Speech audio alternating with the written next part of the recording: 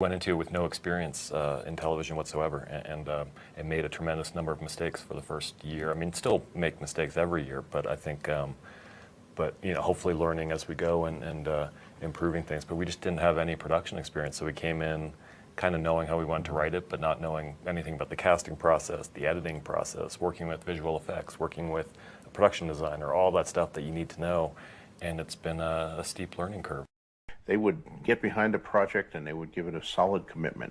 We'd never produced anything for television before. We'd never produced anything for film or internet or anything. We'd written before, but we never produced. So when we went to George, probably it was probably like that bluff where you mistakenly think you have a straight and you actually don't. But we were so confident that I think we convinced George that, well, these guys seem like they really know what they're doing. I said, I want it done. I want a faithful adaptation of the books. And they said, that's what we want to do.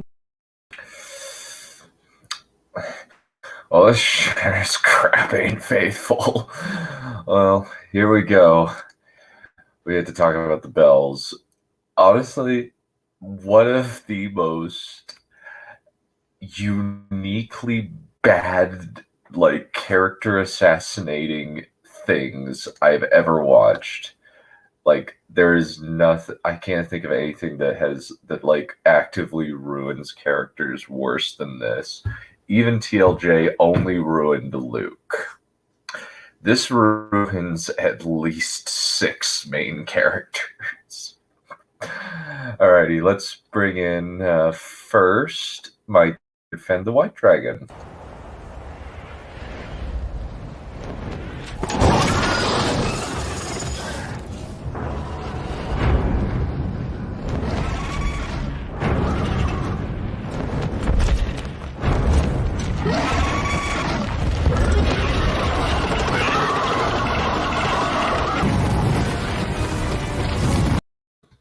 Oh, I might just hear this stuff. I'm gonna be bombarded by bullshit, ain't I? Gotcha. Just get the fucking people in the show, Billy. Yeah, indeed. Well, we're gonna have some fun here. All right, and welcome our resident. I don't know how. I can't remember the anime term for maybe chibi girl. I guess that's the best thing I can come up with. Chibi girl.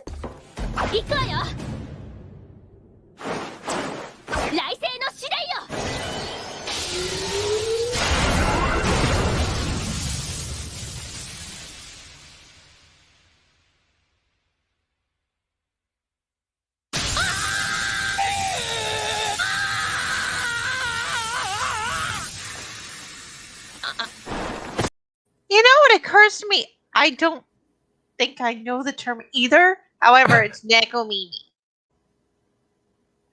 That works. I was just. It literally means cat ears.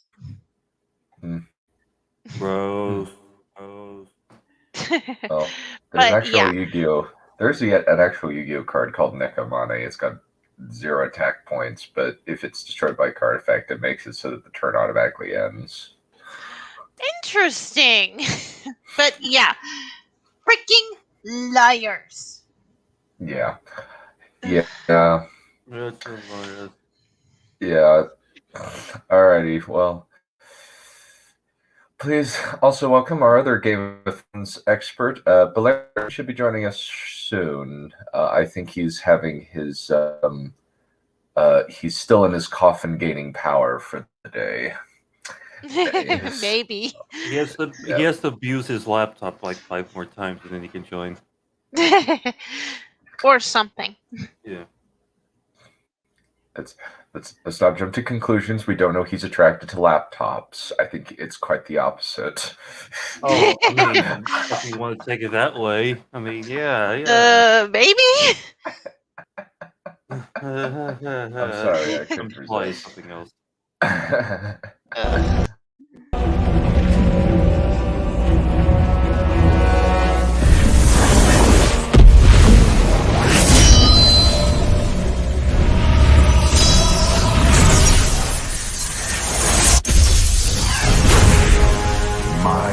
old enemy. You cannot hide from me. Maybe fire can't kill a dragon, but setting fire to King's Landing can definitely kill whatever hope was left for the show. Well, we're going to kill it today with facts and logic. That's our plan. I didn't have any hope for the show in the first place, but Facts and logic don't care about my feeling. Wait a minute. What's up with it? Yeah. Facts and logic are for 8th grade book reports. Yeah, there we go. Yeah. They're also for George R. R. Martin, the American Tolkien best-selling author of pretty much like the decade, I'd say. Like, But then he'll be forgotten. Yeah, because he's never going to finish. He's too busy fooling around with other shit. Maybe it will become Tolkien, famous. Maybe it will become famous for never finishing. Yeah. Well, he's just... I don't know. Tolkien, however, he finished The Hobbit. He finished The Lord of the Rings. The only thing he didn't finish was the history book that went with it. He finished the actual series. Yeah. It's mainly just because, like, it's kind of just a colloquialism to call Martin the American Tolkien, since, like, he's, like, took fantasy in a new direction that had never been seen before. Well, at least not in the mainstream. There are several series that are similar to Game of Thrones that came up much earlier. True. I guess, like, the Millennium is one example. Berserk. Yeah. Admittedly, like, I don't think that it's necessarily the best fantasy series. Like, I much prefer First Law in that same genre. I like Stormlight Archive better. And honestly, the thing is, Brandon Sanderson is going to finish Stormlight way before George R. R. Martin finishes. Yeah. A Song of Ice and Fire. Even though Brandon Sanderson still has, like, 6 books left in that series, he's going to finish them way before. We're going to have to dabble in necromancy. I think the most interesting theory was put forward by Dragon Demands on the last stream, I think, which was that this Broadway play or whatever he's writing for HBO is going to include the entire tourney at Harrenhal, and he wasn't going to reveal that until the next book came out, so the book's going to come out before then. I have no idea if I'm going to believe that. The idea is there. I will believe it when I see it. Yeah, I agree. But, alrighty, so let's bring in our resident Brit, Tally Ho, and what, Pip Pip and all that. Aye.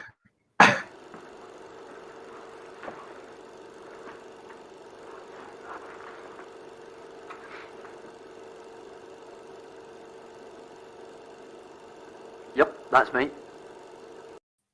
I hate you, Jen.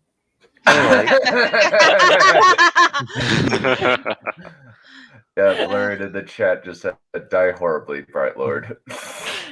Cheerio. Oh. Pip and Bob's your uncle, shun the non-believer Charlie. Don't worry, can we just, like, honey not? Cheerios. Can we please not do this? Already got Tarek doing that. Don't need you to. Well, it's funny, and I know that you're not actually angry. Your tone displays exasperated amusement. It's called hysteria. Perhaps you've heard of it. Oh dear, you said it, not me. No comment. Speaking of that.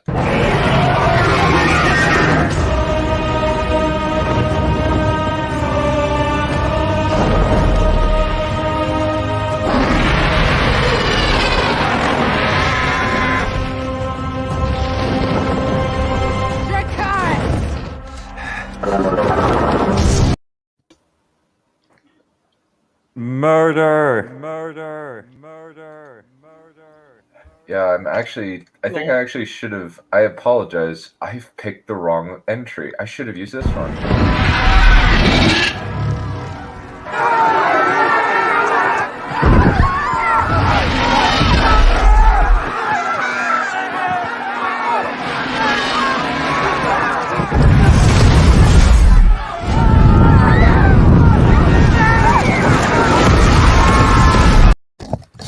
You know why I burnt down that city? It was probably because one of the inhabitants of King's Landing was done faking a British accent. That's probably why. Oh, this It was actually the city of. Oh. What was the one from The Hobbit? Well, this is Lake Town. Well, this is okay. So, Andraste, please read this first page. I'm just looking at it right now, and I'm just like, what the heck am I reading?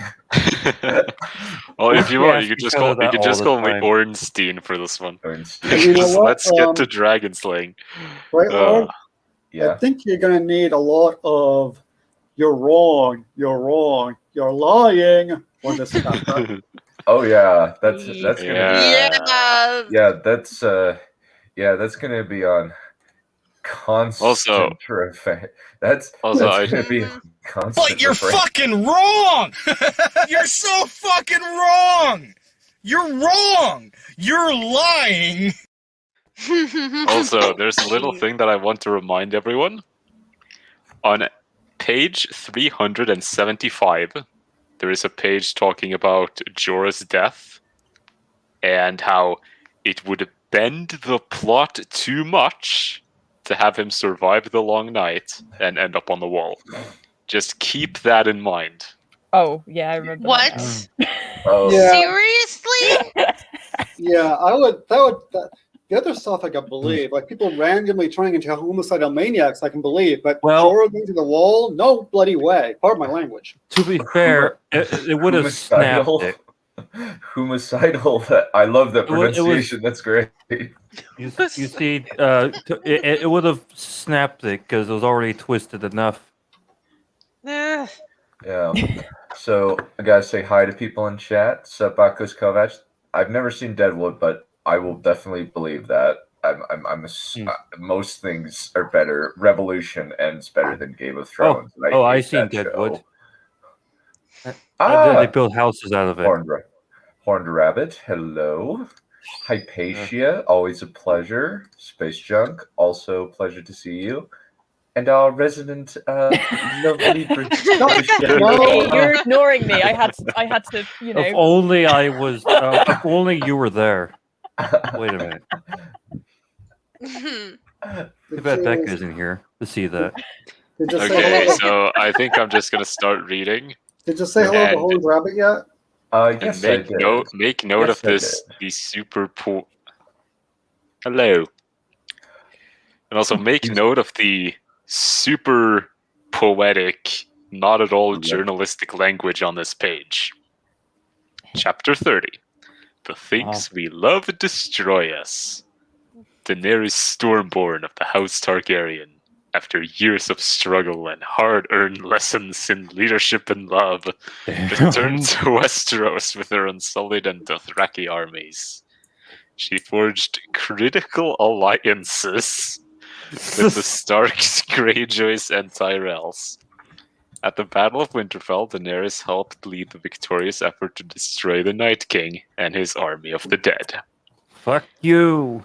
I'm sorry. I smell bullshit.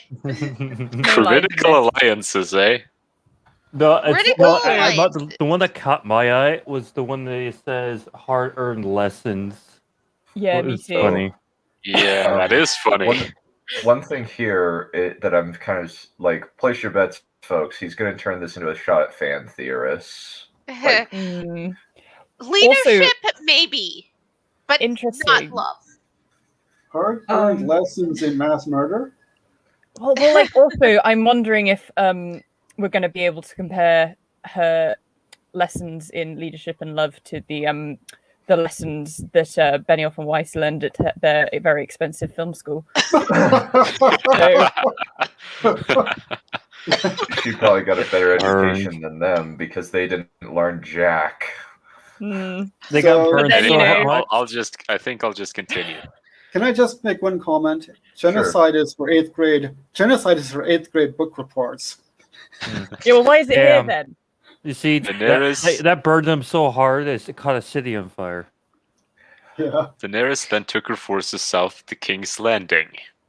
Riding the fearsome Drogon, the Mother of Dragons blasted the city's battlements and terrified the City Watch and Golden Company mercenaries. The city's defensive forces surrendered, and Daenerys' soldiers ceased control of the capital. Daenerys took her rightful place on the Iron Throne, with Tyrion Lannister as her loyal and trusted hand. Okay, I can see where this is going. Yep, it's going to be a shot at fan theorist. It's going to be a shot at fan theorists. Hey. Yeah, Get that dead guy out of here, anyways. There's going to be a lot of shots at critics of the decision.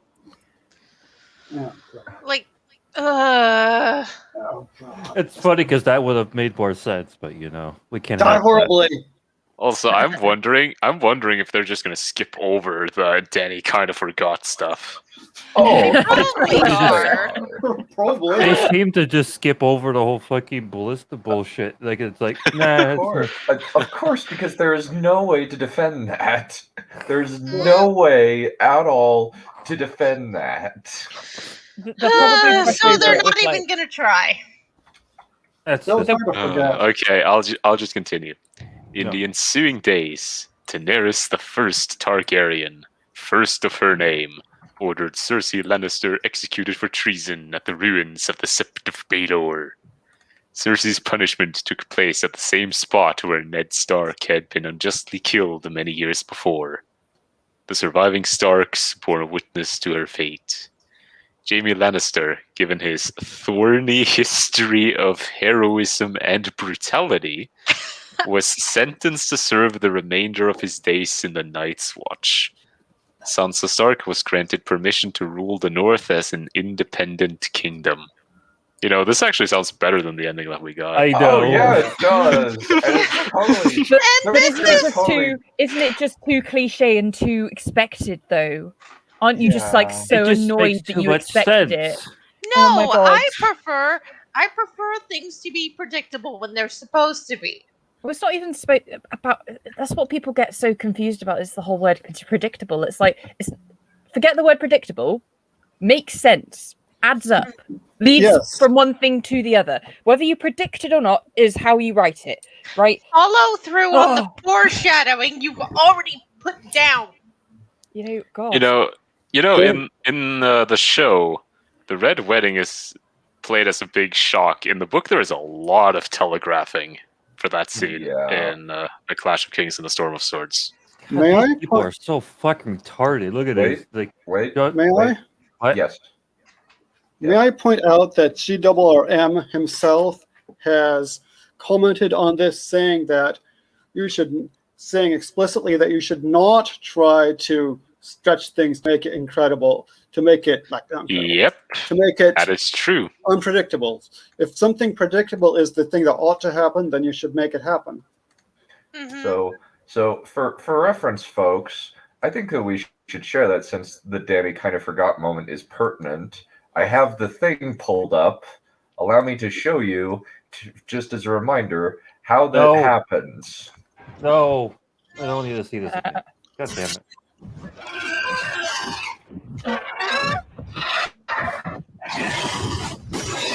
And I hate you.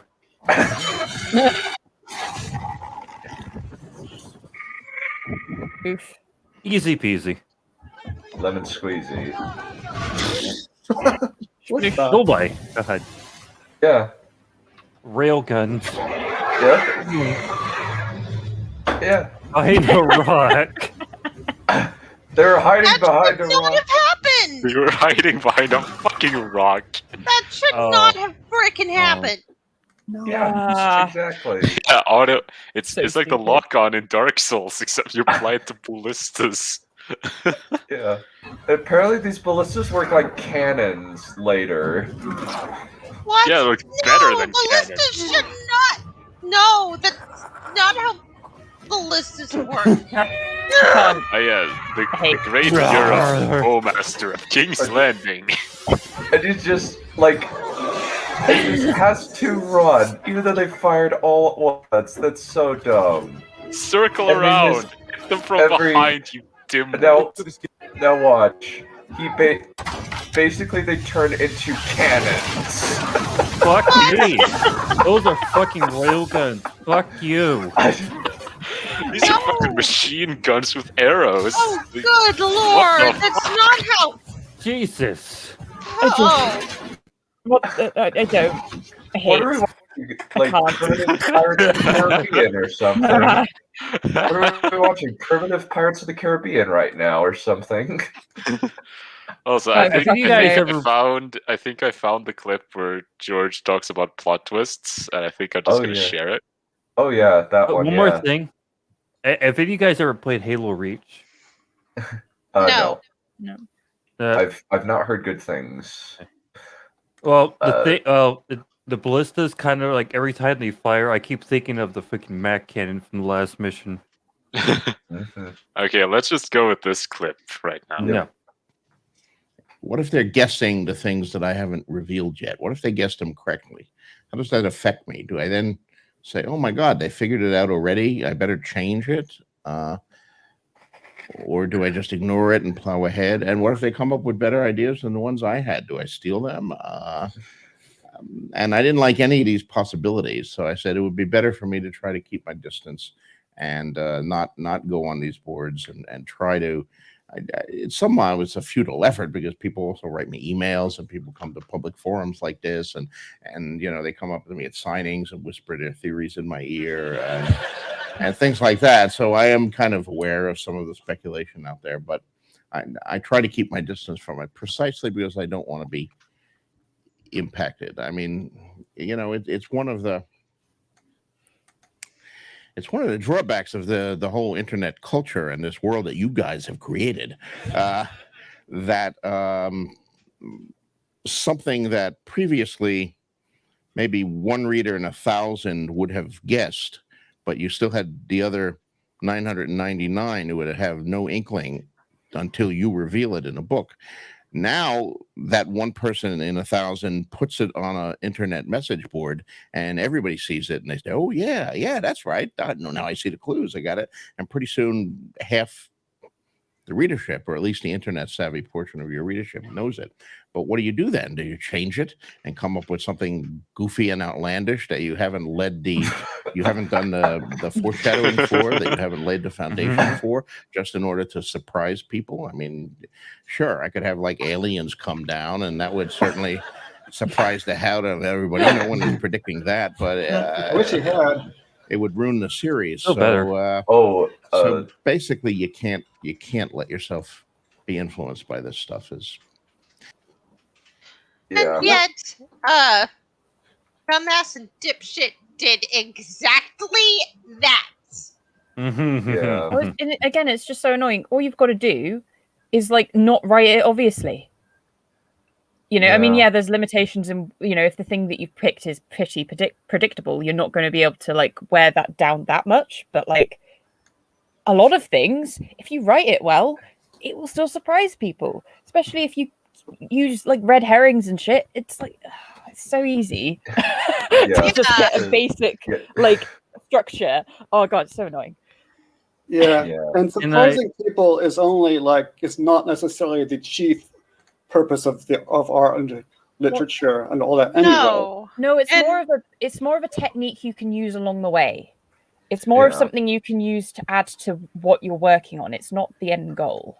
Yes. Yeah. I didn't figure out, to use a different example, I didn't figure out what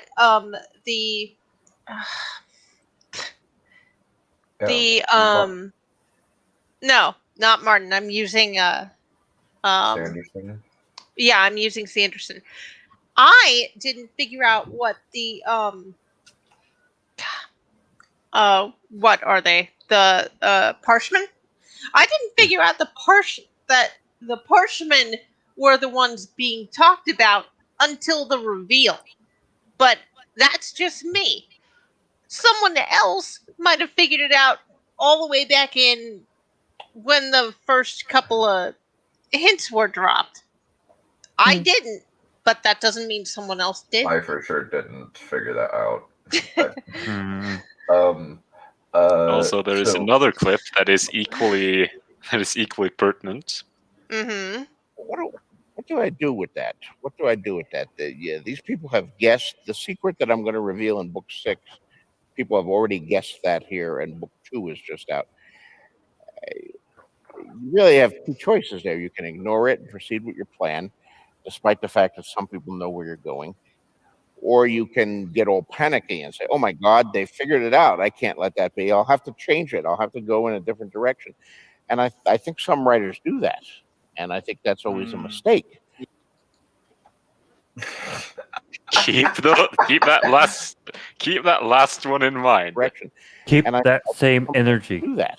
And I think that's always a mistake. Yeah. You know, if you've planned your book that the butler did it, and then you read on the internet, someone has figured out that the butler did it, and you suddenly change in midstream and it was the chambermaid who did it, then you screw up the whole book, because you get this foreshadowing early on, and you've got these little clues you planted. Now they're dead ends, and you have to introduce other clues, and you're retconning. It's a mess. So I decided as early as Dragonstone's heyday, and I think that site had gone away by 2000 or so, that I would stay off the fan sites and let those be for the fans, let those be for the readers, let them argue their theories, whether they're right, whether they're wrong. But I don't need to know about that. What do you know? Yeah, You're just the not American real. Yeah. I want to say one more let's thing. keep these two clips in mind when we proceed.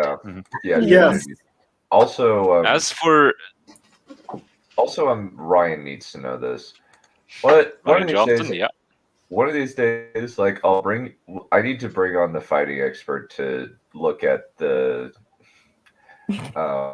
fights, even the better ones. Like, I know they are not part of medieval realism. There are no fights. There are very few fights in cinema that are actual fights, because usually fighting involved, like, I think this is Brandon Sanderson said this a while back, where sword fights in books and movies have an element of they're more flashy, and they have, for the sake of like spectacle.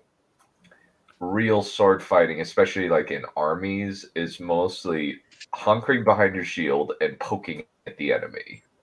I mean, to be fair, in Or use a storytelling in spear. general, like, that's what you do with everything. You take is dialogue in a book the same as the way that normal people talk? No. No. But it mimics it, and it enhances it and makes it bigger and makes it more concise. Okay, so we've been at this for almost half an hour, and we're not even done with one page. I don't care. Yeah. Yeah, let's Well, get going. they aren't. Well, it's not that they aren't entertaining. It's just that very rarely, are they technically integrated choreographed dances. Like, to a certain extent, the prequel fights are flashy, but I guess I think Shad did a review of the Revenge of the Sith, and it's actually mostly solid, except for the stupid Mardi Gras spinning around. Or the reverse grip. But yeah, we'll just move on. As for Jon Snow, hey, I didn't his get Targaryen ancestry was... Shut up! Okay, wait, okay. Yeah, I just wanted to say one small thing, and it's really hard. Everybody keeps talking. I know this is a small point, but it's as for Jon Snow's, his Targaryen ancestry was kept the guarded secret, and I'm like, why? If they marry, it's pointless. Daenerys formally legitimized him as Jon Stark, and they were married in a beautiful ceremony by the sea. Oh my god. Keep going. You need to Keep keep it a going. secret in the Keep first place. going. Keep going.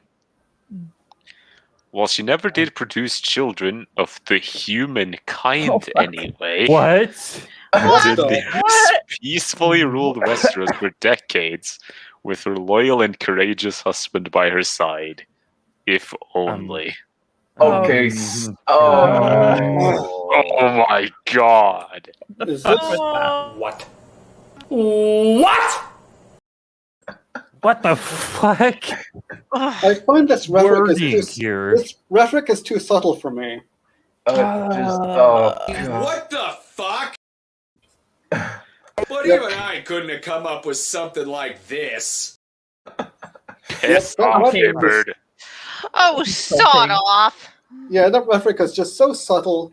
Just what do you call that? When you're trying to straw man.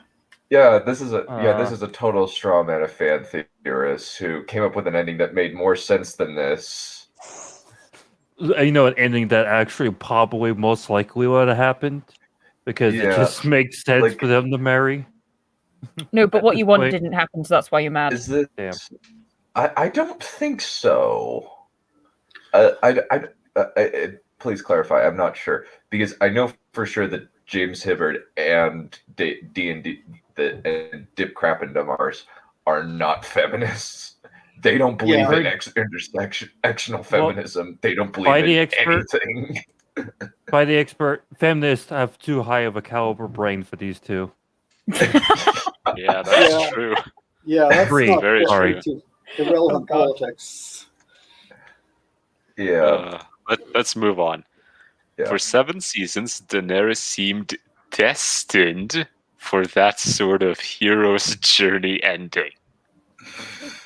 It's the linear road a typical fantasy story would take. But since Game of Thrones was anything but typical, Daenerys on the Iron Throne was not meant to be. Oh, why would that be? Of course. Martin often let readers see hopeful glimpses of a safe and comforting path ahead for his characters. Then he'd veer in an unexpected direction, somewhere darker, more perilous, and more aligned with the complexities of human nature. Wow, as Ramsay Bolton put it, if you think this has a happy ending, you haven't been paying attention. Oh my god. Good quoting yourself to George, so fuckers.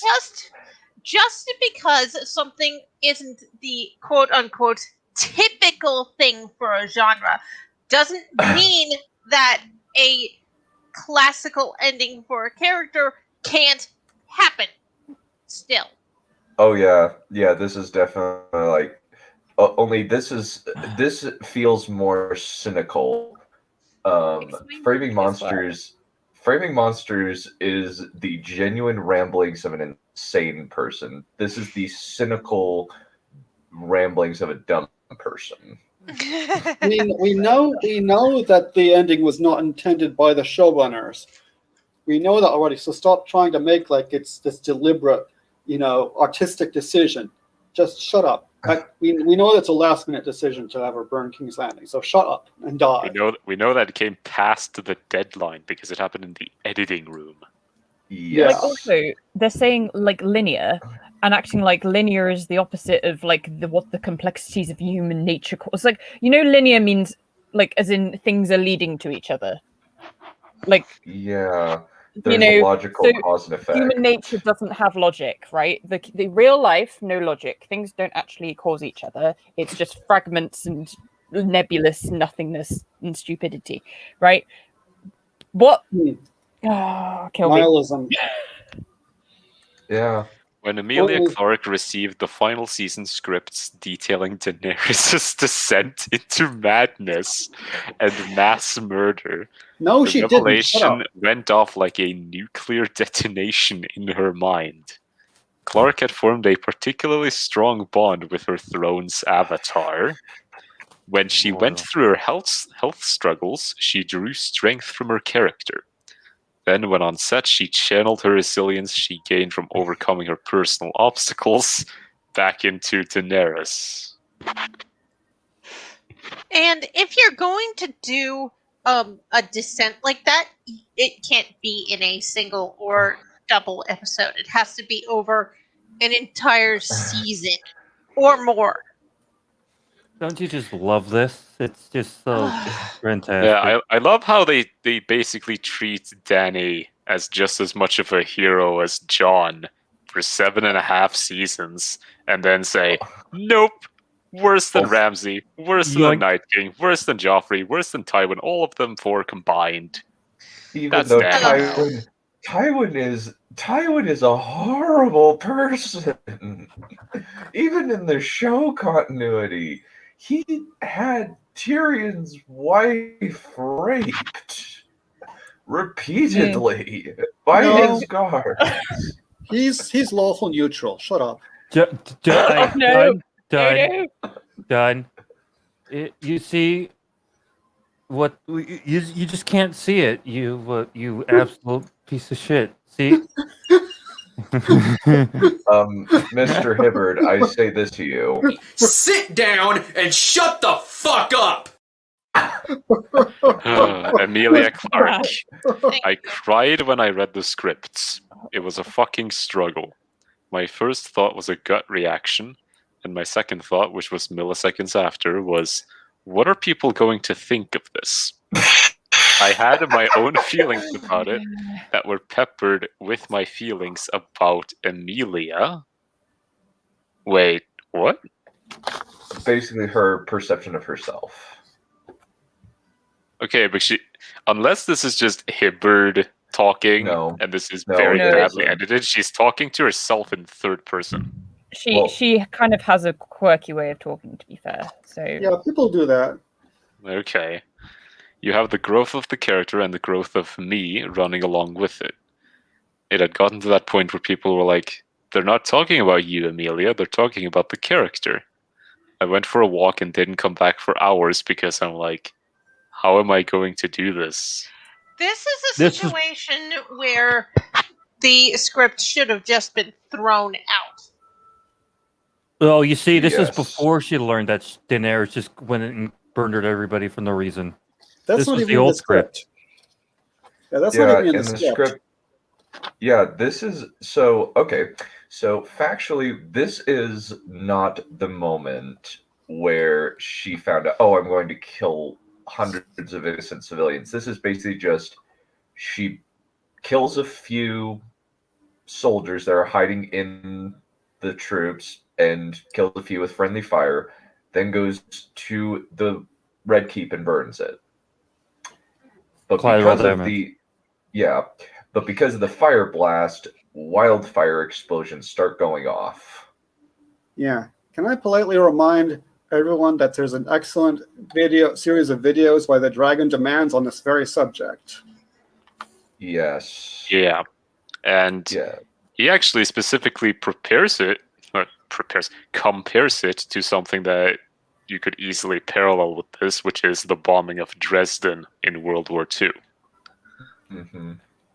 Anyway, Clarke reevaluated every previous Daenerys scene and realized that she had helped set up her character's twist without even knowing it, such as Daenerys' chilling reaction to watching her brother die back in season 1. Oh God, no. You fucking scumbag sleazeballs. You know, because that is not correct. You know, a sign of madness is when your drunk brother is threatening to cut you open your womb and, hurt you, kill you, essentially.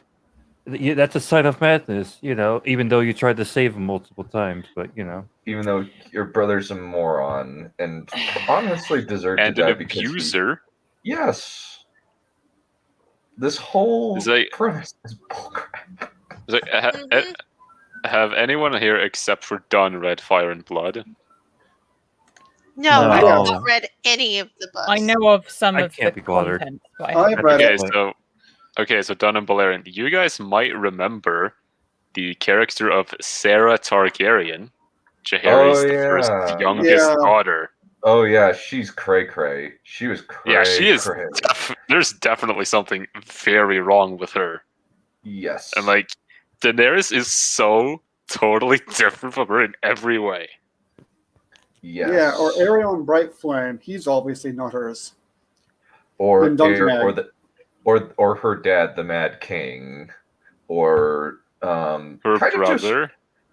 or to a certain extent, Daemon Targaryen's kind of a little bit nuts. Like he probably is something akin to bipolar or something, because he's a genius, but he's still like when he hears that like his niece that he's in love with is going to marry somebody else, he had the messenger whipped. Within an inch of his life. I mean, here's the thing. Sorry.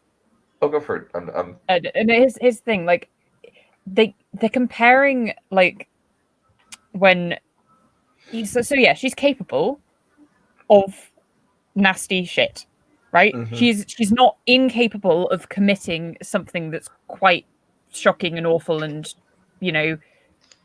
all that. But have you seen this fucking show? Have you seen every single character in the show? Like, even Sansa gets to a point where she can do nasty shit, right? She feeds Ramsay to a pack of hungry dogs, Like, and that's I mean, yeah. treated as the big, badass, cathartic hero moment. Mad But, like, Arya. early on- confirmed. Early on. Mad John confirmed. Oh, he killed no. a kid. Yeah, Jon Snow is morally reprehensible. He killed a small child, even though this small child is a murderer. Yeah, but I feel like that's a little bit more, a sign of madness than killing Viserys. Like, come on. He didn't even kill her. She didn't even kill him. Well, yeah, or enjoying Viserys' death, or like leading to it, whatever. I'll just keep going. Okay. Dan Weiss. We didn't know the details until after the third season. Bullshit. But Dany's trajectory was implicit in the first season. Wow. You're so rooting for her because she's in this horrible position. But there are a million different ways Emilia could have played watching her brother die, and she played it with a stone-cold killer-like lack of effect. She has dark currents running through her, which makes sense when Viserys, the only person she knew growing up, was a sociopath. Okay. This is Dark based I call on bullshit on that. this is Like, based on a every false single premise. character in this show. Every This single is- character in the show has dark currents. Good God. Like, keep in mind, it's so manipulative to just say, "Oh, she watched her brother die." The same brother who has abused her entire life, got drunk, and threatened her and her unborn child, and who was going kill who them both. Who drew a sword in the middle of a bunch of savages who don't like having weapons drawn in their holy place. Ned murdered a teenager who was frightened. Yeah, he's going to go crazy, obviously. I just also like here. Okay. Let me. Why? Okay. Also, who told her to play that scene that way? This is the act. This is these performances, these faces dictating how the characters are written. Plus, it's post facto anyway. It's I was going to ask so you. ridiculous. I was going to ask you. Do we have that part? Do we have like season 1 info? We have quite Like a bit chapters? of season. They spend like 3 chapters on season 1. It's been like 6 months ago at this point. Yeah, since the last it's time been we a covered long season time. one. They spent 3 chapters on season 1 and 1 on I season want to know. 7. That's amazing. I want to know if they said anything contradictive in Daenerys part of season 1. Good question. I think that they might. I can't. I don't. I think mean, that they really I did. would not be surprised if Hibbard edited that out to make them look better. You think editing? You really think he edited it? Or just left it out, essentially. Or just What's well, I editing? Well, I think, that's funny because Hibbert has left in so many things that make them look really, really bad. Yeah. Horrible. But well, from the outside look, Did Den write this? Probably. Yeah. Oh my god. Okay, we're incredibly delayed. We need to get through this. it's revealed. It's totally revealed. I have to reveal myself. I am, in actuality, David Benioff. Oh no, I feel a change too. Are you sure not Daniel? I think Daniel is the correct name. Daniel. We have the bestest writing ever, and you're a run. Well done, Oh, I'm gonna keep going, guys. Yeah, keep going. In the first season finale, Daenerys pledged to the Dothraki, "I am the dragon's daughter, and I swear to you that those who would harm you will die screaming." In season 2, Daenerys warned the leaders of Karth, "When my dragons are grown, we will take back what was stolen from me and destroy those who have wronged me. We will lay waste armies and burn cities to the ground."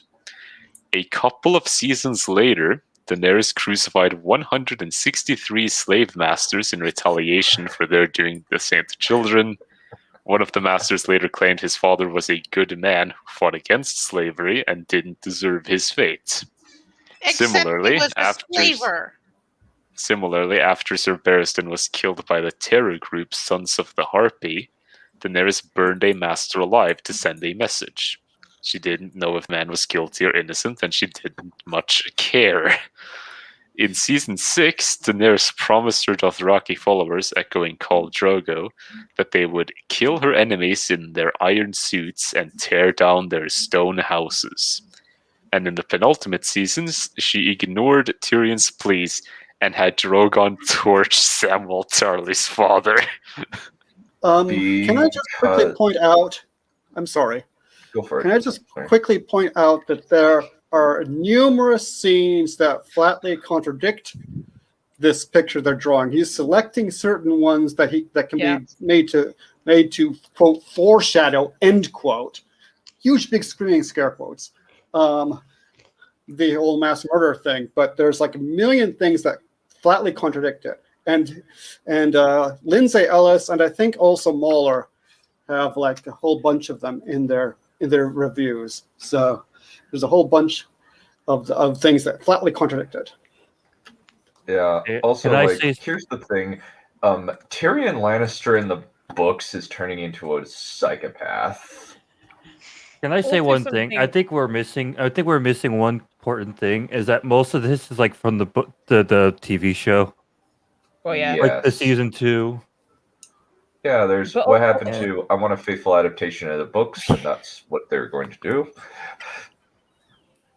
Like on a conceptual level as well, it isn't necessarily like innocent versus not innocent. There is a degree of innocence, right? There's little baby, and then there's man who might not have done something wrong. Those are two different things, right? And when you have a moral compass, it might be that in certain circumstances you're okay with the guy that might have done something wrong dying, but you're not okay with the baby dying. Just maybe. Yes. Something to think about. But no, it's just innocent and not innocent. The thing is, in season 5, Dany is basically bipolar in terms of characterization with what she wants to do with the Marine situation. Okay, she doesn't want to kill this harpy, but when he dies in captivity, she's going to try to placate the masters by killing the former slave who killed the harpy, and then she's gonna burn one of the masters, and then she's gonna reopen a fighting pit. What? There's no consistency here. They don't at all communicate what Dany is thinking, which I think is a problem with the direction, because they just have Emilia Clarke staring outward, not saying anything, and barely showing any emotion at all for scene upon scene. And even worse, they don't show us what she's staring at, if she's staring at anything at all. Yeah. There's also Consistency. These faces. Yeah, it's also just Tyrion Lannister is not the voice of reason. Tyrion Lannister is going to Tyrion Lannister says that I want to rape and kill my sister when I get my hands on her again because I hate her so much. Is that a sign of somebody who's the voice of moral reason and upstandingness? Can we? Are we going to talk about the Tarleys for a sec? Oh yeah, the Tarleys. She offered them a choice. She said, "They'll literally join him like Aegon did during the conquest." It offered him. The thing is, the burning of the Tarleys is just plot-induced stupidity. It is a pretty dumb scene. It is really. The thing stupid. is, she has every reason to not do it. Tyrion is telling her not to. If she, let's say, has them take the black, she can get brownie points with Jon. And it shows that she's not like Cersei, which is what she was trying to get across less than 3 minutes ago with that cringy speech that she just gave. She has no reason to kill them at all. That is a good decision. That's a good point. Yeah, I just barely read that bit in Dance with Dragons. That is a very good point. But consistency is also for book reports. Am I right? Oh no! But also the Tyrells were kind of just like, well, I'm just gonna die now. I'm just no, I don't want to live. It's like, and then his son joins in with him for some reason. Yeah, it's all stupid from both ends. Yeah. Let's keep going, shall we? Okay. Next page. Alrighty. Yeah, by the way, they only mentioned Sam's father, not his brother. Oh, they actually do. Right here. Oh. It's just the Randall and brother Dickon, after they fought for the Lannister armies and refused to bend the knee. That scene in particular was supposed to be a fairly clear hint to viewers that Daenerys was not okay. But fans had spent so many years on Team Dragon Queen that they had grown accustomed to Daenerys executing her perceived enemies. Oh, good. Legitimately fuck off. Hold on. I caught. Give me a sec. Perceived enemies. And then in season 8, she wants her enemies. And then he's going to say that the people of King's Landing were her enemies, even though in the episode 6 she says that Cersei used their innocence against her. Also, aren't all enemies perceived enemies? What the fuck does that wording even mean? And one more point: shut up and die. Yeah. Also, I've had 5: Matthew, Mark, Luke, John, and fuck off with that question. Brian Cogman. In our minds, we thought the Randall Tarley scene was disturbing. Then I watched it with a crowd of people at a friend's house and they were cheering. Weirdly, the audience just didn't care. They loved Dany. Failures. Absolute failures. Because you have posed Randall Tarley as a dick. Which, to be fair, he is. He's more of an asshole in the show than he's in the books. I think it's pretty he's a racist in the show, but in the books he's horrifically abusive to Sam. Like when Sam says, I think I might like to be a maester, he hung him by chains and hung him on the walls with a chain tied around his neck and said, "No, you will never be a maester." Wow. I mean, I did not remember that. Holy shit. Wow. Or had him and bathe this in is one of the reasons blood, why. or had him put him in a dress and had him paraded around the garrison yard to shame him into courage. And this is why I'm never going to read books. There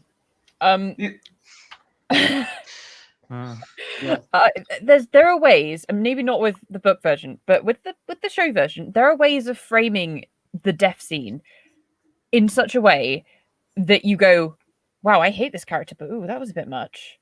That you can write that. That's an interesting scene to write from the concept. That's of not, it. yeah, Like, that's not hard. But they didn't do that. They didn't do that. So clearly, they weren't trying to set up that like Dany was doing questionable things, you know, they were just going, oh yeah, you know, they were on just team frickin' incompetent. Dragon Queen, the bloody frickin' one single-minded maniacs, you know. Yeah, the Peter ones Dinklage. thinking with their lower heads. Peter no. Dinklage. Yeah, keep going. Peter Dinklage. Tyrion is like, wait a minute, okay, kill the father, but do we need to kill the son? Do we have to kill both? It's senseless to kill the son. Exactly. Like, yeah, Peter Dinklage is pointing you're out the right. bad writing for us. Yeah. No. Again. Clearly. For fuck's sake. Like peeling off fingernails. Oh my god. Oh my goodness. No, don't do that, He Tarek. needs more of that, actually. Also, yeah, that's yeah. Again, every character in this needs to be stupid in such a way that it breaks their I entire forgot character about just that. to Holy get this shit. stupid scene. Well, here's the thing as well. Who actually remembers the the Tarly son? Like, Dagon? Dagon? yeah, like, fuck. See, that's all everyone remembers about him. It's- They don't remember who he was or what he was like because you didn't get any characterization. So why exactly would we care that he dies as well? Like, that's Isn't how it- you do it. You make people care about him, you know? But nope. Oh, I mean, that's that's exactly what they do with Davos and Stannis in the book. But there's a lot of Can I- people who don't like Stannis, but everyone is on Davos' side. I want to say one thing. Isn't Randall will betray the Tyrell what was it? The Tyrells for honor or some shit? Yeah. Because, but Cersei has no honor. This is post blowing up the Sept of Baelor, so I don't know Yeah, what this false is- sense of honor he has at this point. Well, I think it's like Jaime promises him wardenship of the Reach if he helps them defeat the Tyrells. Yeah, no one remembers the Sept anyway. Yeah, but he's forgetting about dragons, so I don't know if they remember the conquest at all. That didn't go too well. No, it didn't. All the Mern Gardner died horribly on the Oh, battlefield. he's still an idiot. Oh yeah, he is for sure. Gwendolyn Christie. Why is Gwen commenting on this? The signs have always been there. Oh, and they've been there in ways we felt were mistakes or controversial. This show has always been about power. Oh, here we go and again. It was an interesting illustration that brackets power hungry. People can come in many different ways, and we need to question everything. Where the bleep was that? That's You such see- a Gwendolyn thing to say, but yeah. Oh yeah, let's question the moral character of Jon Snow. Oh wait, the show doesn't do that. Tyrion, the show doesn't do that. Arya. Arya, the show doesn't do that. Sansa, the show doesn't do that. Theon, the show doesn't do that. This is also the part where people keep misreading the point of the show. They keep thinking it's about power. I just want to ask one brief thing. Can we do the where the bleep was that clip? Where the fuck was that? Precisely. The show is about the show, that's what and I like the books and by extension the show are about people. They're not about cartoonish caricatures of people like Daenerys is in the finale. It's like I always liked this game. I always liked the TV show because it's like these people are fighting over the stupid chair, and we have this overlooming existential threat overlooming everything, and they completely fucked that in this last season. And now they think it's all about power. I'm like, go fuck yourself. We literally had the fucking world-ending threat getting killed off, and we gotta fight over a chair now. Not Well, you, it's like Gwendolyn climatic. Christie. Everyone else. Yeah. I think to be fair, like that question or answer reads like a kind of she got asked a question she didn't know the answer to, so sort of rambles until she found something that sounded like. But that's the Showrunners also said that too, so they could have been pep talking into believing it. Quite possibly as well, yeah. It doesn't sound like her going, yeah, this is my actual opinion, you know. She's reading from the script and being incredibly professional. Yes. Kit Harington, Jon Snow. She did some terrible things, so did you. She crucified people. You hanged a kid. She burned people alive. Arya killed an entire house. This had been building. So we had to say Arya to the forced audience... a dude to poison. Forced a dude to eat his kids. Literal Titus Andronicus thing. Like, You're in denial about this woman as well. You're culpable. You cheered her on. Shut up. Knew there was something wrong. You're wrong. Lie. You're wrong. You're lying. Die horribly. I think we need a die horribly clip.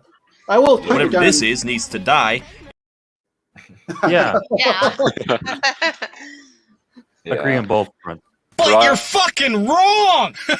You're so fucking wrong! You're wrong! You're lying! I will hunt you down and kill you. Okay, you can go on reading. You don't need to do that. I will hunt you down and kill you! I'll continue from there. Yes. Brian Cogman. There's a dangerous tendency right now to make art and popular culture feel safe for everybody. What?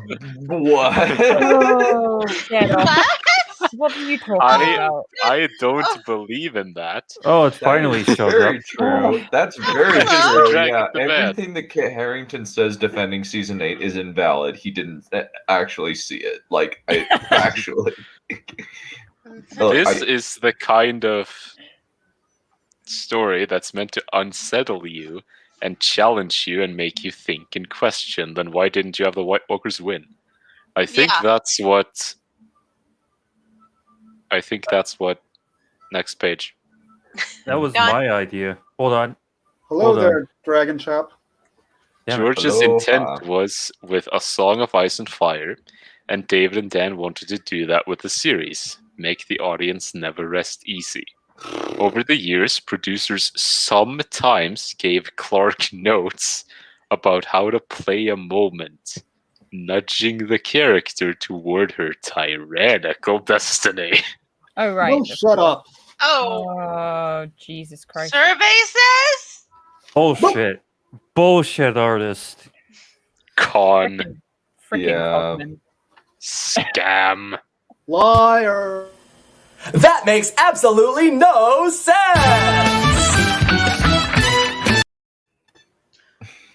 Yay. Yeah. I need to commit seppuku now, says the fighting expert chap. No, what you want to do is commit Sudoku. Oh my. Let's keep going. We have so much more BS to get through. Amelia Clark. There was a number of times I was like, why are you giving me that note? While I am quite a consistently a how can I help kind of person, there were a few moments where I was like, don't tell me what to do with my girl. I know what to do. It's like Daenerys' calling card became cold expressionlessness. So she's calling out their bad directing. I always wanted to infuse that with some humanity because no one's consistently that. I would sometimes fight back a little. I get that she has to be steely and unforgiving and a powerful force, but in this moment she's also a goddamn human being. So I'm going to give you that, and I really pray that you take that in the edit. Wow, this actress is giving fucking writing lessons to the writers. Wow. You can't write a character that starts out the way that she starts, you know, as the naive, you know, child character, basically, and say, yeah, she just turns into a completely expressionless nothingness. Like, that doesn't happen. Like, she is going to have human emotions, and she is probably not going to be a complete psychopath. Like, that's not how humans work. Many others on the creative team likewise didn't have any idea that Daenerys was headed for such a dark fate. Neither were the writers. maybe that's a clue that you didn't develop it properly. And, the Morrison dipshit can't write long form storytelling. I can't even form a sentence. They're really bad. Like in Breaking Bad, like vague spoiler warning. Like they never set up Walter White as this unambiguously good person. And they take steps over the course. They take steps over the course of the entire show to put him in increasingly more dangerous situations where he is forced to make increasingly dangerous and drastic choices, and himself and his goals always take first priority if there is no other option. Like he'll try to negotiate sometimes, but when push comes to shove, is like he will shoot you with no hesitation. In fact, that's exactly what he does when Jesse's about to die. Remember that? When he drove over 2 people and shot one of them in the head while he was crawling away? That's really predictable. That was midway through the series. Not at the very end.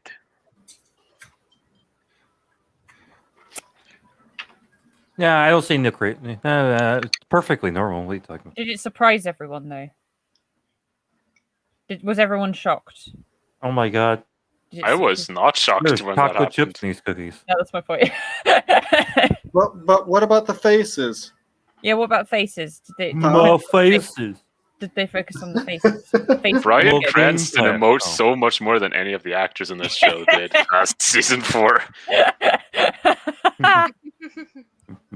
Like, I think Bryan Cranston and Aaron Paul combined probably did more emoting than most actors in this show combined. Alex Graves. I actually did not know we were telling the story of Daenerys going the way of her ancestors. I thought we were telling the story of her not doing that. Oh, wow! Ancestors. That's her father. Ancestors. What the fuck are you talking about? Oh my goodness! I love how these guys basically did no research on the Targaryen history. And also, like, the thing is, there are only a few, like, really bad Targaryen kings. Let's list them off.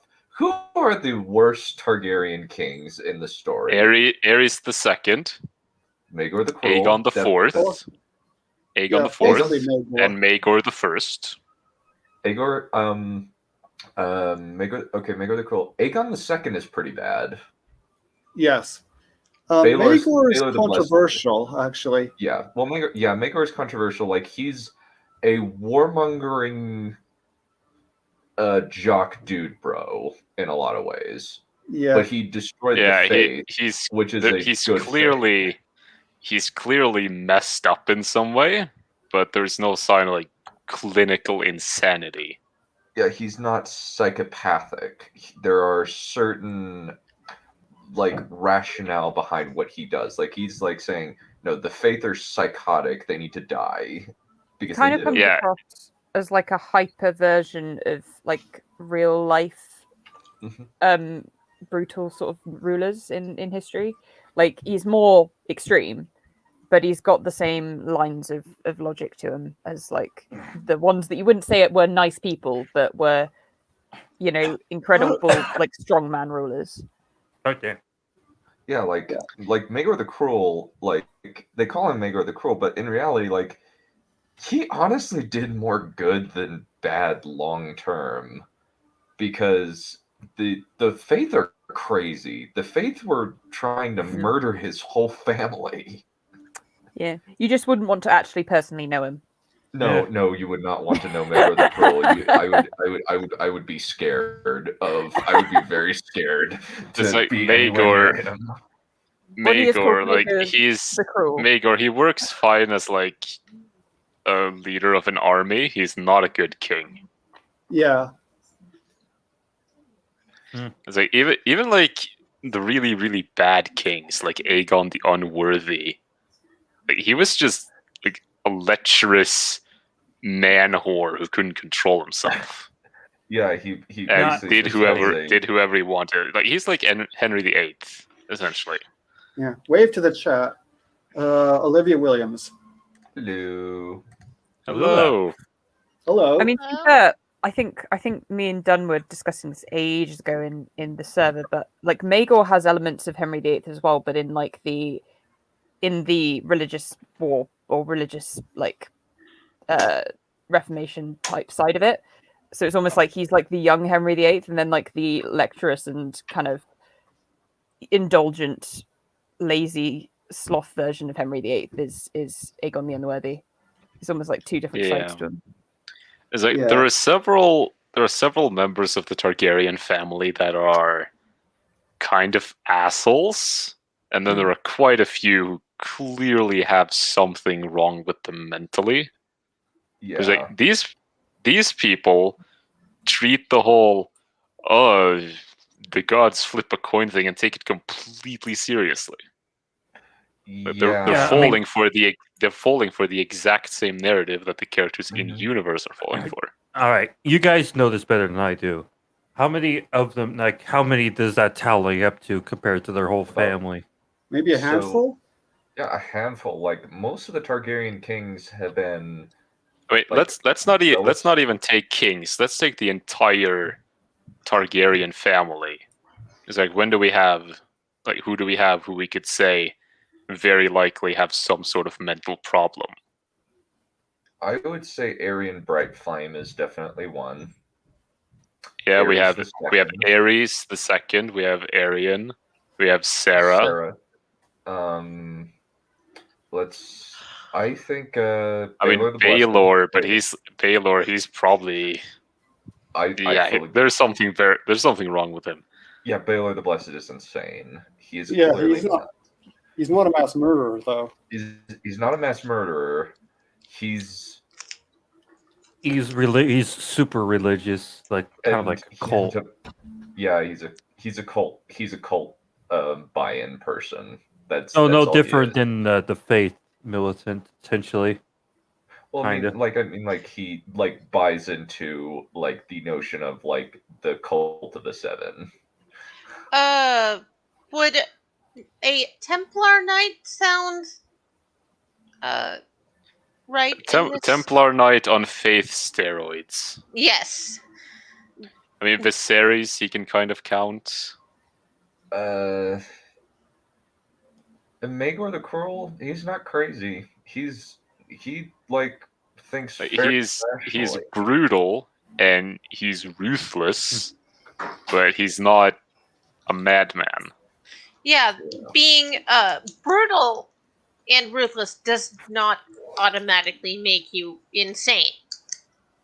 I mean, he's brutal to the point that I would probably consider him an evil person. Yes. Or an immoral person, but I would not call him insane. Yes. And of course, we have a bunch of accounts of Targaryens who were like lacked social intelligence, or had like developmental issues. Yeah. But like that's not insanity.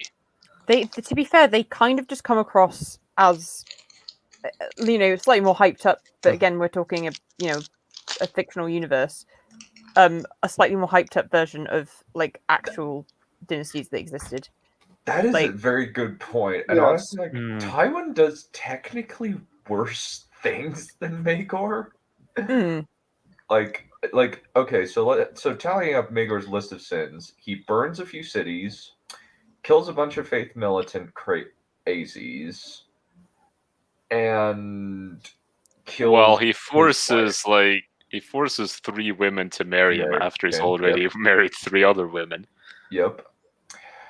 Versus Tywin, who commits multiple murders, mass murders, has his son's wife repeatedly raped and then thrown out because he doesn't want him to marry a commoner, and also like abuses all of his kids. Yep. I mean, Maegor did also kill his nephew, so that's definitely a point against him. Yep. Precisely. How'd that happen? Basically, they were fighting on dragons above the God's Eye near Harrenhal. He killed 2 of his nephews. All right, he killed 2 of his nephews. What first one was above the God's Eye. The second one was he was a hostage. He was trying his mother and her wife and his mother and his sister ran off. Oh yeah, and he also killed a bunch of maesters and septons and midwives due to his inability to birth an heir, which could also be related to poison. I honestly think he was really dumb to let maesters near any of the he should have never let any of the maesters or midwives that were loyal to the faith near his wives. They probably poisoned a bunch of his kids. Check out Demands' next comic, because I would certainly see that happening. Yeah. Yeah. Though, especially what Amelia went through. Hey, can you go back? I'm sorry. Can you go back? You just held on for like less than a second. Okay. There's a chapter by Morgan story as badly with some made-up story. Oh, so basically he's basically it's a straw man. Yeah, it is. Awful. Yeah, he essentially explains a better ending and then mocks us because it made sense. Yeah. But yeah, we can count the number of Targaryens who are basically crazy. It's a single-digit number in a 300-year-long generation. And considering how bloody inbred they were, it's a bloody miracle there was only that many. Yeah, like you have, essentially, like what we have here is like you had people like Aegon the First, who like is a pretty decent king, all things considered, and like idiots like Yez and IRL can say, no, it's all propaganda. It's unreliable narrator. He's totally psychotic. He's a narcissist who just wanted to kill a bunch of people. I gotta fit my narrative, though. I gotta do that. It's my narrative, bro. Yeah. What's a narrative? Okay, we're way behind on getting through this. Yeah. Because, of course, there was good in Daenerys, too. Go figure. There were acts of benevolence and restraint and compassion and kindness and selflessness. Her hatred of slavery was genuine and unselfish. That's it, apparently, as far as you can tell. Oh, okay. Daenerys was a character who always preferred to do the right thing, so long as doing the right thing didn't entirely thwart her own ambition or undermine her perceived authority to rule. You mean like when she stayed in Marine? When Daenerys bumped up against such conflicts, it was her advisor who typically pushed. Next page. Done. Done. Next page. The moral choice, and they had to make pragmatic arguments to explain why doing the right thing was also better for Daenerys. Whereas Jon Snow always did the right thing, often foolishly and regardless of consequence. Can we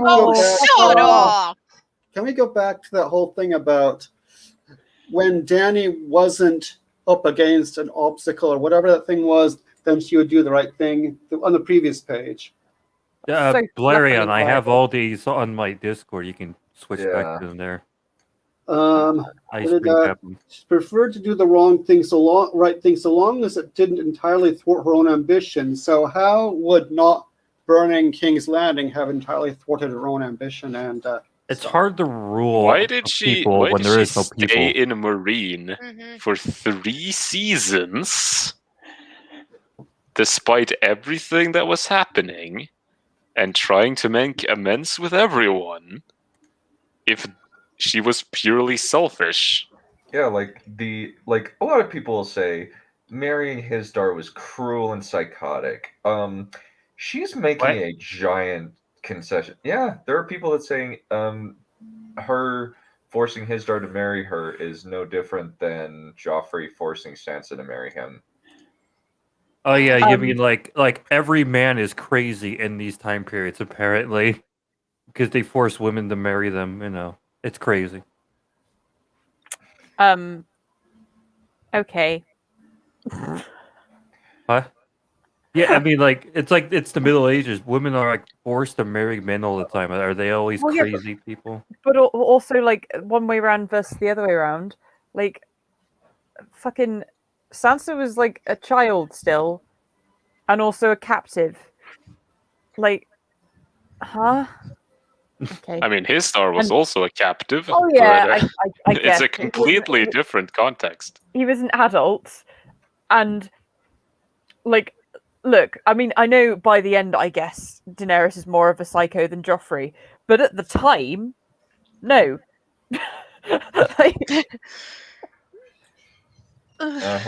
It's worth noting it's worth probably noting that the bit where she forces Hisdar to marry her is a show only thing.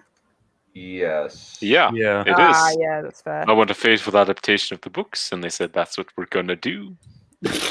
Liars. Wait, I like how they try to Liars. I like how they try to interject like this is how it's planned for the books, but they always bring up stuff that's only in the show. Like this, and then the season 2 thing, and some of the Emilia Clarke. I genuinely did this, and it's fucking embarrassing, and I'm going to admit it to you. I called my mom and said, I read the scripts, and I don't want to tell you what happens, but can you just talk me off this ledge? Oh my goodness. I just went walking, Mm-hmm. and I'm having a little cry. It really messed me up. And then I was asking my mom and brother really weird questions, and they were like, what are you asking us this for? What do you mean? Do you think Daenerys is a good person? Why are you asking us this question? Why do you care what people think of Daenerys? Are you okay? And I said, I'm fine. But is there anything she could do that would make you hate her? Yeah, The it's like final season began at Winterfell, where Daenerys clashed with Sansa Stark, despite the Queen's best efforts.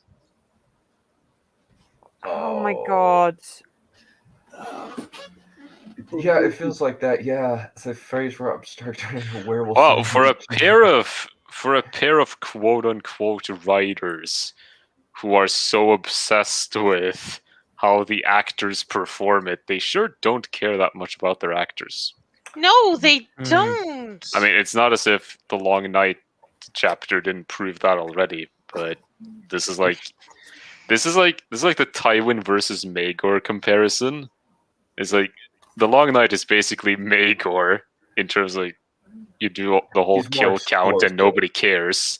He's and Tywin is like directly abusive.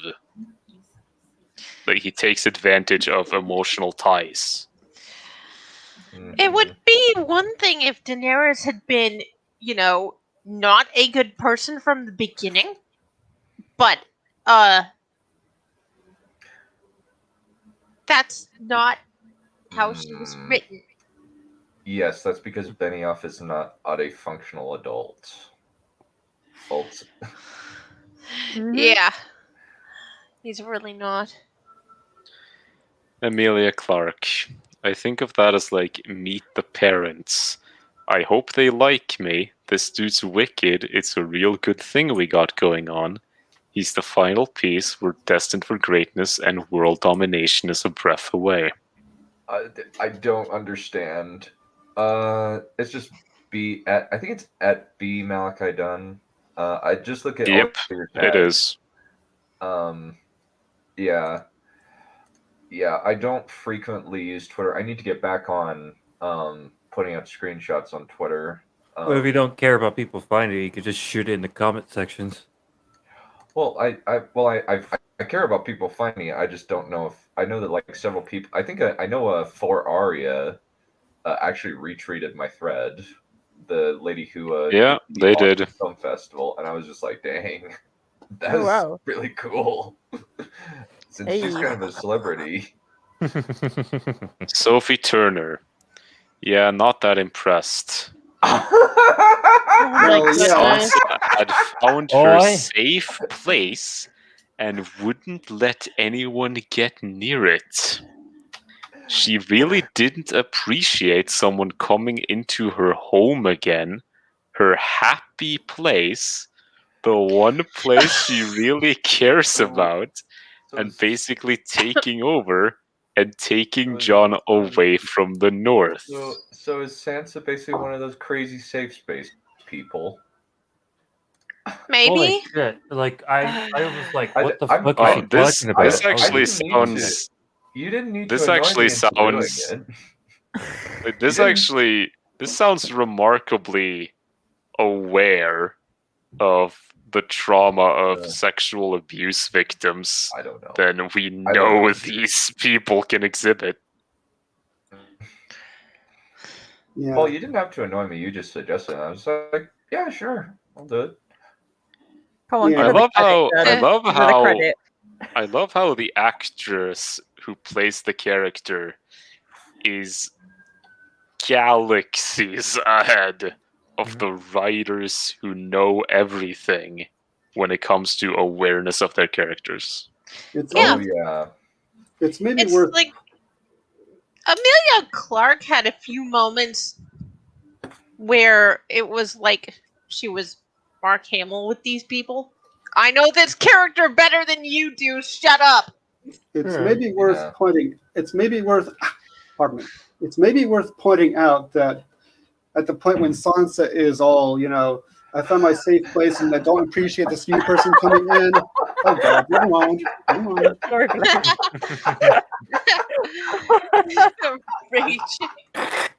Oh my goodness. Send him the link. Done. There you All go. right. Can I get one brief sentence out, please? Thank you. Yeah, go for Sorry, it. Sorry. Blair. Sorry. I just get annoyed all the everyone talking over each other at once. It's irritating. Anyway, Sansa found her safe place, blah blah blah, and didn't appreciate Dany coming in and this interloper coming in. Well, wasn't that at the point where the battle for the living against the dead was supposed to come up, and like that was supposed Yes, to be the big it happened unifying 2 thing? episodes later. Yes. No. But yeah. Yes. So I mean, why would you be focused on? Oh, why is this interloper coming in here, moving in here? What a bitch!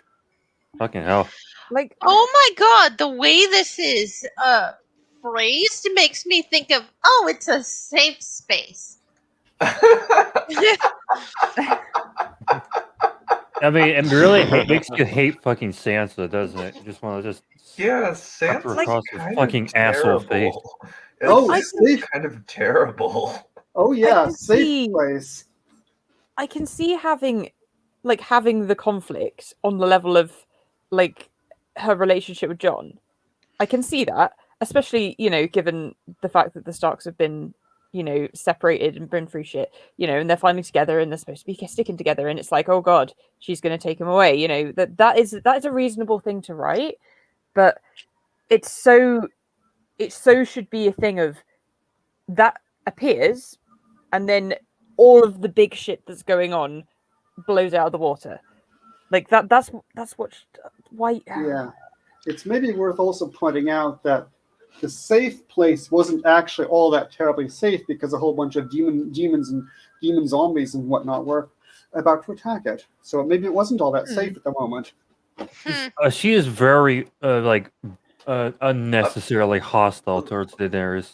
Yeah, Sansa's. Yeah, I would agree with that. Sansa's very despicable in the show, like for very little reason that I Unwarranted. can see. For very little reason, at least I don't see very many Yeah. reasons for Sansa to be like this despicable. I think weirdly low key, I think Sansa's one of the least understood characters from the show. You don't notice it as much, but that's possibly it. Like she's quite a subtle, understated character in terms of what she is. So it goes under the radar how ridiculously misunderstood she is.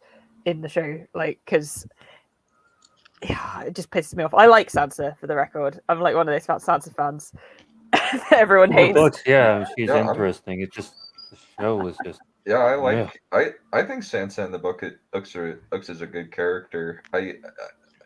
Especially like it seems like she's like relatively just a nice, like slightly ditzy girl from the beginning who slowly gets smarter as things go on. You know Oh what? yeah, I actually think she's one of the best written, like, child female characters that I have read, basically ever, from the perspective of like that's how little girls think, and especially if they're chucked into that world, you know. You know, this is starting to become painful because now I'm remembering Sansa from like season 3 to like when she's having to deal with Joffrey, and it's painful. So screw you, Todd. It's only starting to be painful, really. Only starting. No, because he's giving me flashbacks of like pre-season 5 Sansa. Of like like with the Hound, with Joffrey's little spat with, and with Sansa and everything. It will be extremely painful for you. Indeed. Oh God. That was that impression. Anyway, I'll continue. Yes. Yeah. Are we on the right page? Yeah, I think because I didn't get done with the paragraph on the last one. Oh yeah, sorry. Despite Sansa feeling capable of ruling the North, she knew that she and Jon would do it much better together than on her own. Really? Hear about that? So it's very much a protective thing of Jon and the North, especially. Flip the page. You considering the Targaryen track record that we went over 5 minutes ago. They're not particularly sane people. Shut up. Well, we've already proved this wrong, so let's just go on. And there was a complete frustration that Jon initially wouldn't trust Sansa with the North at all. But he'd trust the stranger whose ancestor, no, her father, happened to be the Mad King. And Jon? What about Jon? Because didn't he know his... He's a few generations removed from the Mad King. We'll give him a pass. Yeah. He's one generation removed. Emilia Clarke, can I braid your hair, Sansa? Little Arya, come over here. Let's play some cricket. So there was that, and it very quickly became, wait, is it just me or do they all hate me? She genuinely started with the best intentions and truly hoped there wasn't going to be something scuttling her greatest plans. The problem is they didn't like her, and she saw it, and she went, okay, one chance. She gave that chance, and it didn't work. Where the fuck was that? Yeah. I think it was Sansa being hostile for no reason or something. I don't remember. I can't be bothered to watch that season again. It was kind of too asinine for me to even pay attention to, I'll be honest. It's just so It was so asinine. It was asinine. It was a rote response, pedestrian, amateur level writing. God. Yeah. It's just Samuel revealed to Jon that the Stark bastard was Aegon Targaryen, the true heir to the Iron Throne. Like, what? Setting aside the logistics of that is like, why is he called Aegon? Blah blah blah. How stupid is it that he found it out in a book? The reveal caused Jon Snow, the character, to do what Emilia Clarke, the actress, did after reading the final season scripts. Reevaluate everything he'd done in the show. Wait. Isn't Jon supposed to be the Stark bastard? Yeah, he's both. He is. Okay. Well, he's technically both. Yeah. So, okay. So, here's kind of the thing. Nobody really knows who Jon Snow's mom is. The prevailing theory, however, is that Jon Snow is either the legitimate or illegitimate son of Rhaegar Targaryen and Lyanna Stark. However, Ned Stark found Jon with with his mom as she lay dying in a bed of blood after Rhaegar was killed in the Trident. He decided, I'm going to protect this kid because the king, even though he's my best friend, I know he'll kill this boy because he's Rhaegar's son with the woman he loved. So keep in mind, they never actually confirm who this baby is. So there's a lot of theories that, okay, it could be young Griff, could be Daenerys, could be someone else. But the prevailing theory is that it's Jon. Yes. So Ned Stark took the blow to his own honor and said, I sired a bastard. This boy is my son. Don't ask questions. Just accept it. And that way he won't be murdered in his crib. John Bradley. He knew Jon would rather hear that from Sam than anybody else, because he trusted Sam, and he delivered it in a compassionate way. But Jon felt Sam was muddying the name of one of the most noble people he's ever known. He felt Sam was basically saying his father figure, and the man who'd set the tone of his entire life, was built on a lie. Jon could review his entire life backward and see everything completely different and more sinister, even if done for the right reasons. What? Everything he'd done had been compromised. What? What? Oh, That makes no good. sense. No, it really, really doesn't. I'm having a hard time understanding. I don't remember if Sam says this in the episode, but it takes not even half a brain cell to figure out, yeah, Ned did it to protect me and took the blow to his own honor. It's like, okay, so in Jon's mind, it's basically Ned Stark dishonored himself by fathering a bastard, which would be Jon, or he didn't sire a bastard and he lied to Jon and everyone else in order to protect him. And he said that they wrote this is in season 1, it's not in the book, that when Jon is leaving for the Night's Watch, Ned says, the next time we see each other, we'll talk about your mother. So how can Jon see this as sinister? I have no idea. Ugh. He created a sin no matter what. It's like he fathered the bastard or he lied. No, obviously, I don't understand. Completely different and more sinister. That doesn't make any sense. I don't know why. Also, keep in mind, Jon gets it hammered into him in season 1 that despite being a bastard, he lived a way better life than most commoners. Oh yeah, his life is like cushy by comparison. The only thing that was really bad about his life was the fact that his stepmom hated him. Yeah, telling everyone he's his bastard is worse than siring a bastard. Yeah, you guys just don't get it. Like different and more sinister. I don't understand. Like even like reviewing his life backward and seeing what's so sinister. I don't fully understand where Mr. It's Bradley like is coming from Jon's here. life was basically just growing up at Winterfell. He thinks that he's the bastard half-brother of the Stark kids, and he has a pretty good relationship with all of them except Sansa, and obviously Catelyn hates him. But in general, he gets it pretty well, and it's pretty uneventful for the most part.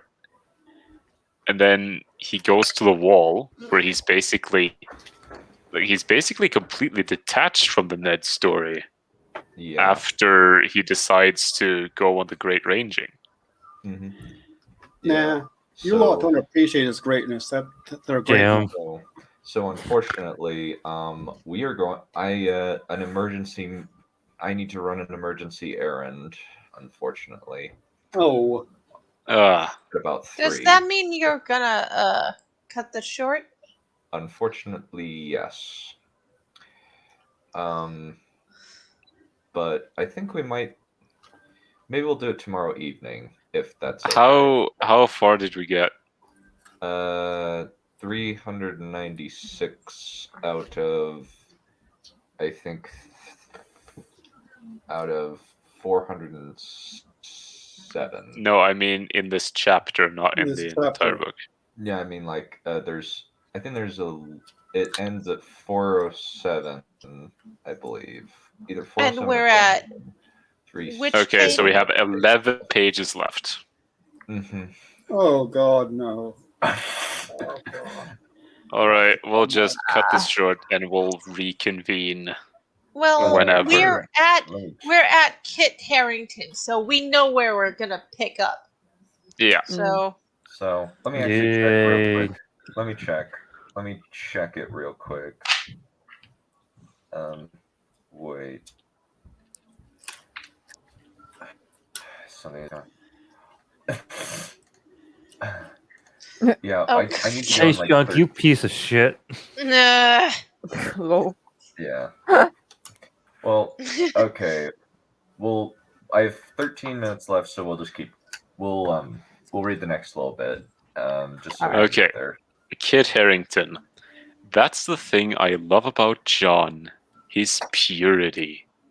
He didn't fucking want to know. If he could go back in time and say to Sam, whatever you're about to say, don't tell me, he would. He'd happily be in ignorance. He didn't want that fucking information. I mean, he had no ambition for the throne. I don't want it. John felt compelled to confide in Daenerys what he'd learned, and naively hoped she'd be comforted by his lack of ambition. What? Bullshit! What is this? He's known Daenerys for like a week. I don't get it. I just don't get this. Clark. I don't get this. Yeah, I stupid feel like they're fucking- trying to do like the the scene of it could just be in the script. Ned It Stark. Ned Oh Stark my talking to Cersei and thinking that she's gonna, but like I'm pretty sure Ned had known Cersei for longer than not that it's the same kind of relationship, but you know what I mean. Like, yeah, yeah, I don't know. Just that scene, you play the Game of Thrones scene, you know. There's a Mary Wilcox one thing.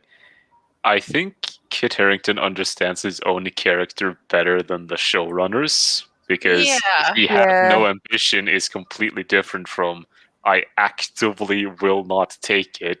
Yeah. But the whole felt compelled to confide in Daenerys, that's clearly plot-induced stupidity. Yeah. Like, none of that makes sense, because all they have to do is marry. Just suck up your pride and marry, and then this whole stupid plot will fall apart instantly. Mm-hmm. It's so asinine to me. It's like I can't get over this little fact. Yeah. Emilia Clarke. You don't even want it, so support me. It's my turn. He's already doing that. And then, of course, there was the whole incest thing, which is not addressed. This is the part where I say suck up your pride like Ned and just The deal only with people it. who address the incest are the people like watching the show. And then, Yep. Yeah. That is correct. It's not addressed in show. The related thing to her, Emilia Clarke, the related thing to her is so normal. She could have easily married her brother. It's a thing for John, but let's just forget about that. What? The main thing was we were up for the same promotion, and I'd been working for it my entire existence. But you can literally just share it because you're a man and a woman, the king and queen. Kit Harington is the most upsetting thing in the world. The end of the world might be coming soon, but at least he was in love with somebody and knows who he was. And then came a sledgehammer. What? It's worth pointing out. episode 5. It's worth pointing out that marriages between uncle and niece were not uncommon historically in the real world. No. And not in Westeros either. I love the let's just forget about that moment. Right there. Let's It's just like, forget oh, about that. let's just ignore Highlight that, Dan. the shit that's stupid. Yeah, let's just forget about that. It's like pretend it's what you wanted and see if you enjoy it. It's like, what?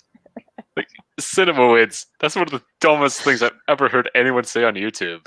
It's literally her pointing out a plot hole and going, "I'm just." No, you know, you Like, just do the thing. pretend that you like it. Don't talk to me about plot holes. And yeah, I want everyone to remember what I mentioned at the start of the stream, which is at page 375, they would have to bend the plot too much for Jorah to survive and end up beyond the wall. Yeah, it's too much. Think about that, and then think about this pair of paragraphs. It's so blatant. These Yeah, people are it's so fucking retarded. It's like, it could be more blatant if you slammed a galaxy-sized sledgehammer into the back of their heads and they're still not getting it. Mm-hmm. Yeah. Mm-hmm. In perhaps Clark's best scene in the series, Daenerys begged What? Jon to keep the knowledge of his birthright to himself. You're insane. Yeah. It didn't matter that Jon didn't want to be king. His legitimacy would undermine and perhaps overthrow her claim. A queen is only legitimate if her subjects believe that she is. Or, Daenerys if she's married to the freaking king. Daenerys cycled between showing love, authority, desperation, and fury. I mean, if he's thought, why would he say anything, though? It just... The thing is, we know for a fact that a king, or a bastard, can be legitimized by the authority of the monarch. Mm-hmm. So Daenerys could literally just waltz up to the Red Keep, take it, legitimize Jon as Jon Stark, and then marry him. But you know, like that's the end of the story. It's so simple. But it was her best scene in the series. You don't understand. Oh my god! I am literally gonna beat my head into the wall. This is so How fucking stupid. the hell is that their best scene? Okay, I don't know. But Like, Jon, I don't even know what scene they're talking about. Like, is this in the crypts or is it in episode 5? I think it's in the crypts, but Jon and Dany marrying would be bad because it said so at the beginning of this chapter. Don't you people remember that? No, because it's stupid. And we Probably. just forget about it. You know. The thing is, they set it up in such a way that those two marrying would make perfect sense. Even if they hated each other, they could have just done it for honor's sake or like for the realm's sake. Yeah, that would actually be interesting. Let's say that they just hated each other and begrudgingly got on board with it. Yeah, marriage And then it's is like between, at the end, it's like a purely political marriage, and it's really strained, and we don't know if it's gonna fall apart. When did that ever in 2 happen? weeks. Well, also, like, you know, funnily enough, this show is kind of famed for having like dodgy marriages, so it would just like add to that, and it would have been in another Tyrion interesting and dodgy rat Sansa. marriage. Like, Mhm. Like You know? Tyrion and Sansa, yeah. I mean, I was more thinking back when they weren't, you know, like externally. Oh yeah, I mean Tyrion, Sansa. Yeah, Tyrion, Sansa, and like the Red Wedding and so on. You know, like that's like how this show goes. Yeah, Hypatia, you're right. Aemon abdicated. Because yes, abdicating is a thing in the show, because he says like, I gave up the throne or something in season 1. He didn't want So to. he was the older brother of a king. Like, he could have gotten it, but he didn't. He didn't want it. He didn't want it. Isn't a part of John's story about sacrifice? I think so. They're probably going to try to make it that way, but the thing is, there's what I'm trying to say there's is, no like, real sacrifice to be made. Sacrificing his, I guess, honor, quote unquote. So here's another problem. A queen is only legitimate for subjects' belief he is. Nobody south of the neck knows who Jon Snow is. Nobody cares. And that's legitimize him as Jon Stark. Legitimize him as Jon Stark and marry him. What? The common people don't even exist in season 8. They're just props. What the fuck are you talking about? Exactly. Yeah, they're just ancient props. Exactly. That makes it even worse. That's like, if they're just props, it doesn't even matter what they think. So her turning nuts is even worse. From the chat. Well, it doesn't matter since it doesn't matter because they're just props. They're not real people. So who cares if they die? The thing is, Olivia, the council that decided on an heir for Maekar, not Maegor, Maekar, decided on they pass over what is it, Area Bright Flame or whatever the name is. Little Maegor Brightflame, I think it is, in favor of Maester Aemon, but Aemon said no because he'd taken his vows, so that's technically abdication. Oh yeah, they wouldn't be able to prove anything. Yeah, they can't. Their only word is like a guy who ran away from the Citadel with a book and a vaguely comatose Dr. Branhattan. Dr. Frickin' Branhattan, don't even. Who is not going to be taken? Who is going to take him seriously? Who is going to take Dr. Branhattan seriously in the world of Westeros? Like, a lot of people say, "Oh, he totally demonstrated his powers. He totally told them things they wouldn't know." I'm like, they could just wave it off like he's insane. Even if that did happen. Like, that wasn't even shown in anyways. That was... Yeah. Even when they had the opportunity to, they didn't show it. Poor Moth.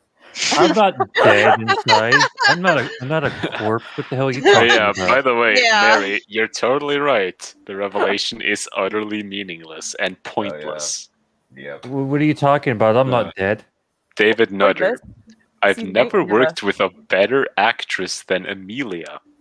She looks different in different moods and tones she has for the characters are just basing acting on.